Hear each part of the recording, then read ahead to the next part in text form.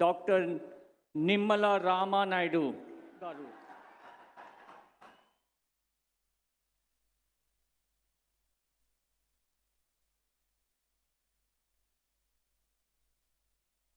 నేను డాక్టర్ నిమ్మల రామానాయుడు అనే నేను శాసనం ద్వారా నిర్మితమైన భారత రాజ్యాంగం పట్ల నిజమైనటువంటి విశ్వాసం విధేయత చూపుతానని, భారతదేశ సార్వభౌమాధికారాన్ని సమగ్రతను కాపాడుతానని, ఆంధ్రప్రదేశ్ రాష్ట్ర మంత్రిగా నా కర్తవ్యాలను శ్రద్ధతో అంతఃకరణ శుద్ధితో నిర్వహిస్తానని, భయం కానీ పక్షపాతం కానీ రాగద్వేషాలు కానీ లేకుండా రాజ్యాంగాన్ని శాసనాలను అనుసరించి ప్రజలందరికీ న్యాయం చేకూరుస్తానని దైవ సాక్షిగా ప్రమాణం చేస్తున్నాను.